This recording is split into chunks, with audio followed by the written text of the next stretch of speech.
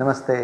जीवन को प्रभावित करने वाला तीसरा कारण है स्थान। जिस जगह पर जो भी कार्य चल रहे होते हैं या पूर्व में जो कार्य हो चुके होते हैं, उसके एनर्जी का प्रभाव हमारे जीवन पर पड़ता है। कोई धार्मिक स्थल है, वहां पहुंचने पर उसी तरह का प्रभाव पड़ेगा। अंडमान में सेल्युलर जेल जो है, तो उसका अलग ही प्रभाव आपके मन पर पड़ेगा। या किसी स्कूल कॉलेज में जाएंगे, वहां का अलग ही प्रभाव आपके मन पर पड़ेगा। आप किसी शहर के एनर्जी में भी फर्क महसूस कर सकते हो। जैसा मुंबई की एनर्जी अलग ही स्तर पर होगी, गोवा की एनर्जी अलग स्तर पर होगी।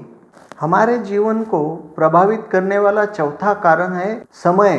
जैसे दिन का हर एक अलग अलग समय होता है, साल का भी अलग अलग समय होता है, शतक का या फिर युगों का भी अलग अलग समय होता है। कहते हैं ना, समय बड़ा बलवान। समय के साथ होने वाले बदलाव को हम रोक नहीं सकते।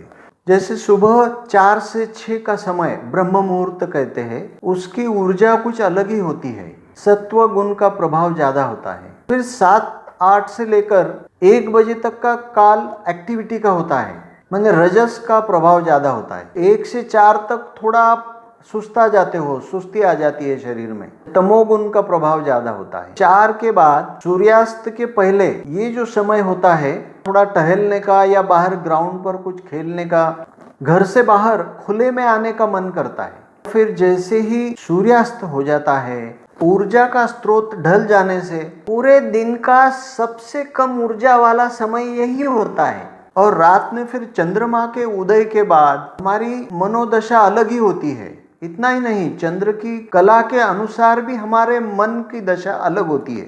पूर्ण चंद्रमा में हमारे मनोदशा अलग होती है और अमावस के रात भी हमारी मनोदशा अलग होती है। जैसे सूर्य चंद्रमा का हमारे मनोदशा पर, जीवन पर प्रभाव होता है, ऐसे ही ये ब्रह्मांड के सारे ग्रह तारों का भी असर होता है, जिसके अध्ययन को फिर ज्योतिष विद्या कहा गया है।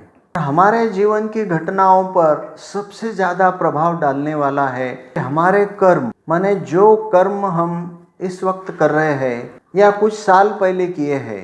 इतना ही नहीं, हमारी चेतना पर हमने अनंत काल से जो भी कर्म किए हैं, उसका प्रभाव होता है। कुछ कर्मों का तुरंत प्रभाव होता है, कुछ कर्मों का थोड़े समय के बाद प्रभाव होता है, कुछ कर्मों का काफी लंबे समय के बाद प्रभाव होता है, और कुछ कर्मों का प्रभाव जन्मों जन्मांतर तक चलते रहता है।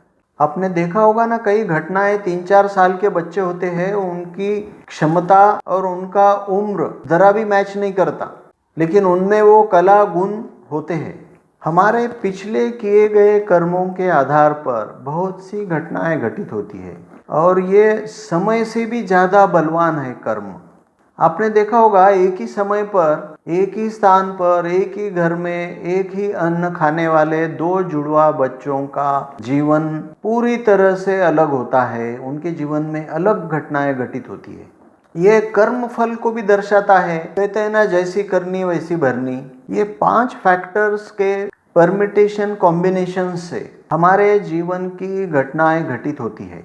ये 5 कारण हमारे नियंत्रण में है।